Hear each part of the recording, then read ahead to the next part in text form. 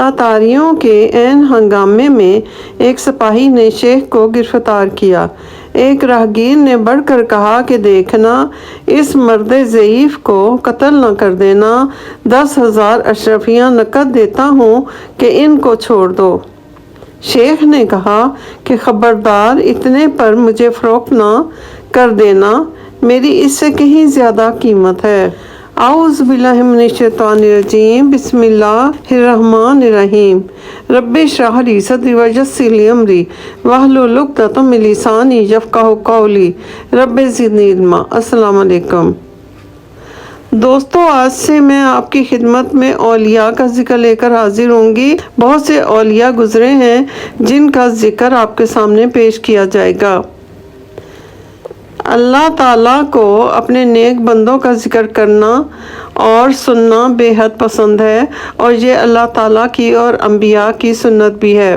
ابھی آپ کی خدمت میں حضرت شیخ فرید الدین اطار رحمۃ اللہ علیہ کا ذکر کیا جاتا ہے۔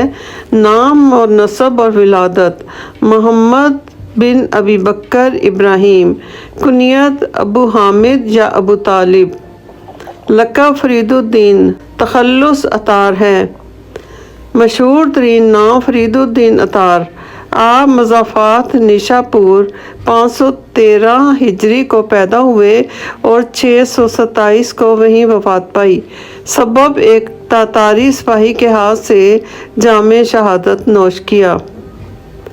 ابتدائی حالات: ابتدا میں ایک بڑے دواخانہ کے مالک تھے۔ ایک روز اپنے کاروبار میں مصروف تھے کہ ایک فقیر نے آ کر صدا لگائی، اور جب دیکھا کہ کچھ اثر نہیں ہوتا تو بولا، ایسے دھندے میں لگے ہوئے ہو تو جان کیسے دو گے؟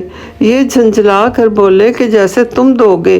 فقیر نے کہا کہ بھلا میری طرح کیا دو گے؟ یہ کہا اور سر کے نیچے کشکول رکھ کر لیٹ گیا۔ زبان سے لا الہ الا اللہ کہا اور روح پرواز کر گئی۔ شیخ کے قلب پر اس کا ایسا اثر ہوا کہ کھڑے کھڑے دواخانہ لٹا دیا اور اسی وقت درویشی اختیار کر لی۔ شیخ رکن الدین اسقاف کی خدمت میں کئی سال بسر کیے۔ آخر کار شیخ مجد الدین بغدادی کے ہاتھ پر بیعت کی اور آگے چل کر سلوک اور معارف کے وہ مراتب طے کیے کہ خود مرشد کے لیے باعث فخر ہوئے۔ آپ کی شہادت کچھ اس طرح ہوئی کہ آپ کی شہادت کا واقعہ تذکرہ نگاروں نے کچھ اس طرح درج کیا ہے کہ تاتاریوں کے عین ہنگاموں میں ایک سپاہی نے شیخ کو گرفتار کر لیا۔ ایک راہگیر نے بڑھ کر کہا کہ دیکھنا، اس مرد ضعیف کو قتل نہ کر دینا، 10,000 اشرفیاں نقد دیتا ہوں کہ ان کو چھوڑ دو۔ شیخ نے کہا کہ خبردار، اتنے پر مجھے فروخت نہ کر دینا، میری اس سے کہیں زیادہ قیمت ہے۔ سپاہی خوش ہوا کہ اس سے بھی زیادہ دولت ہاتھ آئے گی، اور وہ بھی بالکل مفت آگے بڑھ گیا۔ آگے ایک اور شخص ملا۔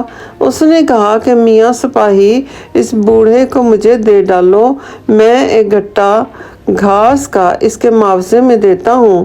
شیخ بولے، ہاں دے ڈال کہ میری قیمت اس سے بھی کم ہے۔ سپاہی کے تن بدن میں آگ لگ گئی کہ 10,000 اشرفیاں ملتی ہوئی ہاتھ سے گئیں، جلا کر وہیں سرتن سے جدا کر ڈالا۔ واللہ عالم بالصواب۔ الا ان اولیاء اللہ لا خوف علیہم ولا ہم یحزنون۔ آپ کی تصنیفات کچھ یہ ہیں کہ نظم و نثر میں بہت تصنیفات چھوڑی ہیں، جن کی تعداد قاضی نور اللہ شوستری کی مجالس المومنین میں 114 ہیں۔ ان میں سے جو مشہور ہیں وہ درج ذیل ہیں: تذکرہ اولیاء، نمبر 2 منطق التیر، نمبر 3 مصیبت نامہ، نمبر 4 اسرار نامہ، نمبر 5 الہی نامہ، نمبر 6 دیوان، نمبر 7 پند نامہ، نمبر 8 وصیت نامہ، نمبر 9 خسرو و گل، نمبر 10 ہیر نامہ، اور نمبر 11 شرح القلب۔ تو دوستو، یہ سلسلہ بھی جاری ہے۔